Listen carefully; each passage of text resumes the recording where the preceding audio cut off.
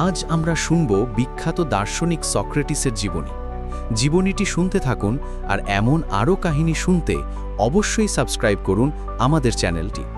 চলুন জীবনীটি শুরু করি। খ্রিস্টপূর্ব 5 শতকের এথেন্স, গ্রিস তখন সভ্যতা, শিল্পকলা আর গণতন্ত্রের জন্য খ্যাত। এই শহরের এক সাধারণ পরিবারে জন্ম নিল এক শিশু, যার নাম রাখা হল সক্রেটিস। তার বাবা ছিলেন সোফ্রনিসকাস, একজন সাধারণ ভাস্কর। মা ছিলেন ফেনারেটে, যিনি ধাত্রী হিসাবে শিশু জন্মদানে সাহায্য করতেন। পরিবার ধনী ছিল না, তবে সৎ, পরিশ্রমী আর আত্মসম্মানী ছিল। শৈশব থেকেই সক্রেটিস ছিল কৌতূহলী। আকাশের তারা দেখে সে প্রশ্ন করত, এগুলো কেন জ্বলে? মানুষের জীবনের উদ্দেশ্য কি? অন্য শিশুরা যখন খেলাধুলায় ব্যস্ত, সক্রেটিস তখন মানুষের কথাবার্তা মনোযোগ দিয়ে শুনত, প্রশ্ন করত। কৈশোরে সক্রেটিস কিছুদিন ভাস্করের কাজ শিখেছিল। বাবার মতো পাথর কেটে মূর্তি বানাত। বলা হয় তার হাতে তৈরি কিছু ভাস্কর্য দীর্ঘদিন অ্যাথেন্সে টিকে ছিল। কিন্তু ভেতরে ভেতরে সে বুঝতে পেরেছিল তার আসল ডাকে সে সাড়া দিচ্ছে না। পাথর কেটে মানুষ গড়া নয়, বরং মানুষের চিন্তাধারা গড়াই তার সত্যিকার কাজ। যৌবনে সে সৈনিক হিসাবে অ্যাথেন্সের হয়ে যুদ্ধেও অংশ নেয়। বলা হয় পটিডিয়া, ডেলিয়াম ও অ্যাম্ফিপোলিস যুদ্ধক্ষেত্রে সে সাহসিকতার সঙ্গে লড়েছিল। যুদ্ধক্ষেত্রে তার ধৈর্য ও সহযোদ্ধাদের প্রতি সহানুভূতি তাকে সবার কাছে, বিশেষ করে ছোটদের কাছে, বিশেষ করে তোলে। কিন্তু যুদ্ধ তাকে আরেকটি শিক্ষা দেয়, জীবন ক্ষণস্থায়ী, আর মানুষের অহংকার মুহূর্তেই মাটিতে মিশে যেতে পারে। তাই সে জীবনের মূল প্রশ্নে মনোযোগী হল, সত্যিকারের ভালো জীবন কাকে বলে? সক্রেটিস শিক্ষিত দার্শনিকদের সঙ্গে সময় কাটাত, নাটক, কবিতা ও বিজ্ঞানের আলোচনা শুনত। কিন্তু সে শীঘ্রই বুঝল অনেকে শুধু বড় বড় কথা বলে, আসলে তারা কতটা জানে সেটি সন্দেহজনক। এখান থেকেই জন্ম নেয় তার অনন্য শিক্ষণ পদ্ধতি, প্রশ্নোত্তরের মাধ্যমে সত্য অনুসন্ধান। সে কারো কাছে গিয়ে হঠাৎ জিজ্ঞেস করত, সাহস কি? ন্যায় বিচার কি? সুখ মানে কি? মানুষ উত্তর দিত, আর সক্রেটিস আরও প্রশ্ন করে তাদের চিন্তাকে গভীর করত। অনেকে লজ্জা পেত, কারণ তারা বুঝত তারা আসলে নিজেদের কথার অর্থই ভালোভাবে জানে না। সক্রেটিসের জীবন ছিল অত্যন্ত সাধারণ। খালি পায়ে হেঁটে বেড়াতেন, সাধারণ পোশাক পরতেন, অর্থ সম্পদের প্রতি কোনো আকর্ষণ ছিল না। খাবার দাবারেও ছিল অল্পতেই সন্তুষ্টি। কেউ কেউ মজা করে বলতো, বাজারে ঢুকে সক্রেটিস একটাই জিনিস বলেন, দেখো কত জিনিস আমার দরকার নেই। এথেন্সের ব্যস্ত রাস্তায় সক্রেটিসকে প্রায় দেখা যেত শিষ্যদের মাঝে ঘিরে থাকা অবস্থায়। শহরের তরুণরা দার্শনিক প্রশ্নে মশগুল। কেউ ন্যায় নিয়ে আলোচনা করছে, কেউ সাহস, কেউ ভালো জীবনের অর্থ। সক্রেটিস অবলীলায় তাদের প্রশ্ন করছিলেন, আর তারাও উত্তর খুঁজে ফিরছিল। কিন্তু যখন তিনি নিজের ঘরে ফিরতেন, তখন দৃশ্যটা সম্পূর্ণ ভিন্ন। সক্রেটিসের স্ত্রী জাংথিপ্পে ছিলেন রাগী ও খিটখিটে স্বভাবের নারী। কারণও ছিল, সক্রেটিস সংসারের খোঁজখবর খুব একটা নিতেন না। অর্থ উপার্জনের প্রতি তার আগ্রহ ছিল শূন্য। ঘরে খাবার জোটাতে হিমশিম খেতে হতো, অথচ তিনি রাস্তায় দাঁড়িয়ে ঘন্টার পর ঘন্টা লোকজনকে প্রশ্ন করছেন। একদিন সক্রেটিস ঘরে ফিরলেন, হাতে কিছুই নেই, না টাকা, না খাবার। জাংথিপ্পের আগে ফেটে পড়লেন, তুমি আবার কি করছিলে বাইরে? সবাই বলে তুমি জ্ঞানী, কিন্তু জ্ঞানী মানুষ কি নিজের সন্তানদের না খাইয়ে রাখে?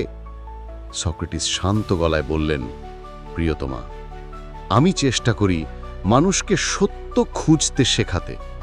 এই কাজেই আমার আত্মা আনন্দ পায়। জাংথিপ্পে ক্রুদ্ধ স্বরে চিৎকার করলেন, আনন্দ?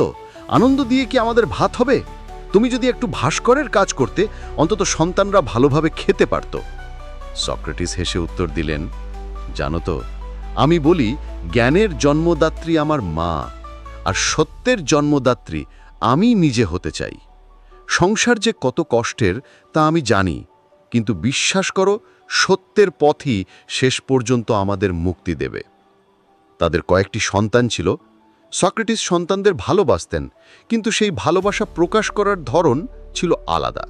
তিনি তাদের খেলনা কিনে দিতে পারতেন না, কিন্তু প্রশ্ন করে চিন্তা করাতেন। তুমি যদি অন্যকে আঘাত করো, সেটা কি তোমাকে ভালো মানুষ বানায়?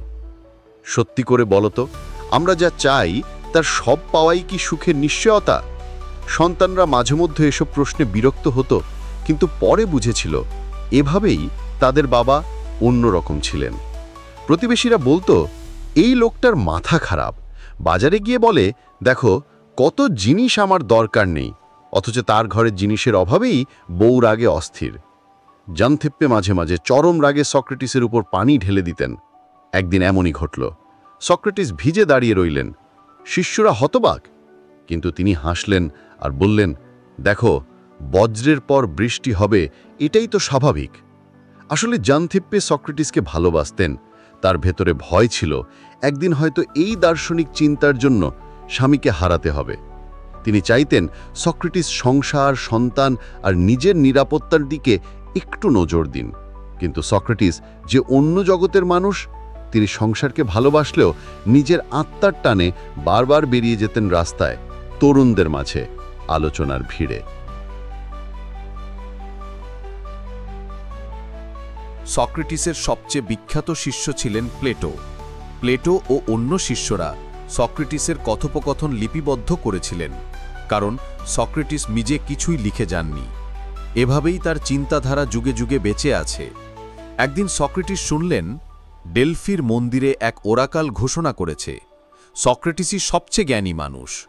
সক্রেটিস অবাক হয়ে বললেন, আমি তো কিছুই জানি না, তবে কিভাবে আমি সবচেয়ে জ্ঞানী?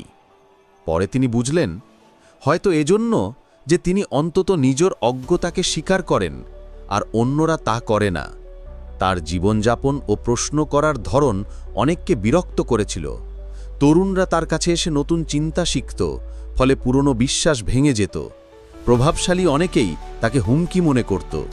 অবশেষে খ্রিস্টপূর্ব ৩৯৯ সালে তাকে আদালতে তোলা হলো। অভিযোগ তিনটি: তরুণদের বিভ্রান্ত করা, এথেন্সের দেবতাদের অস্বীকার করা, নতুন দেবতা প্রচার করা। আদালতে সক্রেটিস সাহসের সঙ্গে নিজের পক্ষে যুক্তি দেন। তিনি বলেন, আমি মানুষকে প্রশ্ন করে ভাবতে শেখাই, এতে যদি দোষ থাকে তবে সেটাই আমার একমাত্র অপরাধ। কিন্তু জুরি তাকে মৃত্যুদণ্ডে দণ্ডিত করল।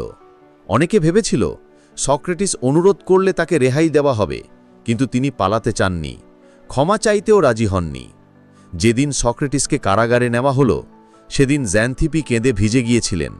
চিৎকার করে বলেছিলেন, এই শহর তোমাকে বোঝেনি, তুমি সারা জীবন অন্যের কল্যাণ ভেবেছ, অথচ তারা তোমাকে মৃত্যুদণ্ড দিল। সক্রেটিস শান্ত গলায় বললেন, প্রিয়তমা, কেঁদো না, আমি শুধু সত্য বলেছি। যদি সত্যের জন্য মরতে হয়, তবে সেটাই হবে আমার সবচেয়ে বড় জয়। কারাগারের ভিতরে নিস্তব্ধতা, বাইরে এথেন্সের আকাশ যেন কালো মেঘে ভারী হয়ে আছে। সক্রেটিসের শিষ্যরা একত্রে বসে আছে, তাদের চোখ কান্নায় লাল হয়ে গিয়েছে।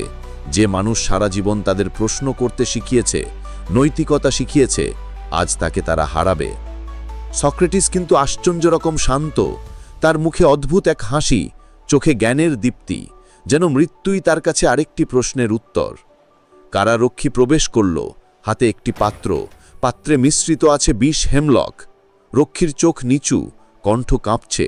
সে সক্রেটিসকে বলল, হে জ্ঞানী, আমি জানি আমি শুধু আদেশ পালন করছি, কিন্তু আপনাকে এই বিষ পান করতে দিতে আমার হৃদয় ভেঙে যাচ্ছে।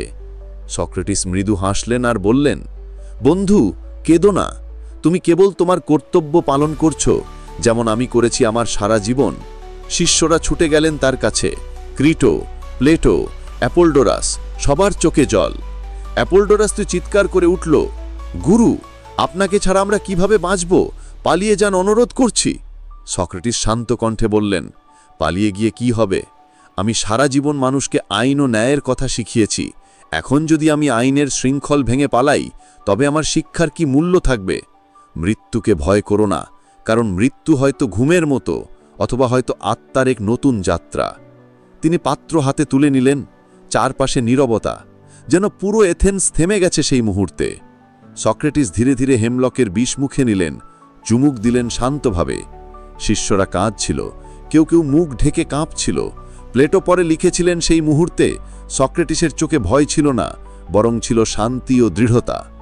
কিছুক্ষণ পর সক্রেটিস বললেন, আমার শরীর অবশ হয়ে যাচ্ছে, প্রথমে পা, তারপর ধীরে ধীরে উপরের দিকে ছড়িয়ে পড়ছে। এটাই প্রকৃতির নিয়ম।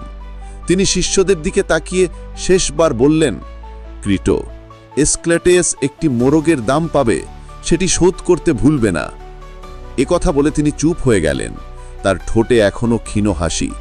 ধীরে ধীরে তার বুক থেমে গেল, চোখ বন্ধ হল। ঘরে আর্তনাদ উঠল, শিষ্যরা ভেঙে পড়ল, কিন্তু সক্রেটিসের মুখে সেই হাসি থেকে গেল, যেন তিনি মৃত্যুকেও শিক্ষা দিলেন ভয় পেতে নেই। সত্য ও নৈতিকতার পথে থাকলে মৃত্যু কেবল আরেকটি দ্বার। সক্রেটিস কোনো বই লিখে যাননি, কিন্তু তার শিষ্যদের কলমে তার দর্শন অমর হয়েছে। প্লেটো, পরে অ্যারিস্টটল, তাদের মাধ্যমেই সক্রেটিসের শিক্ষা বিশ্বজুড়ে ছড়িয়ে পড়ে। তার জীবন প্রমাণ করে, সত্য ও নৈতিকতার জন্য একজন মানুষ নিজের জীবন উৎসর্গ করতে পারে।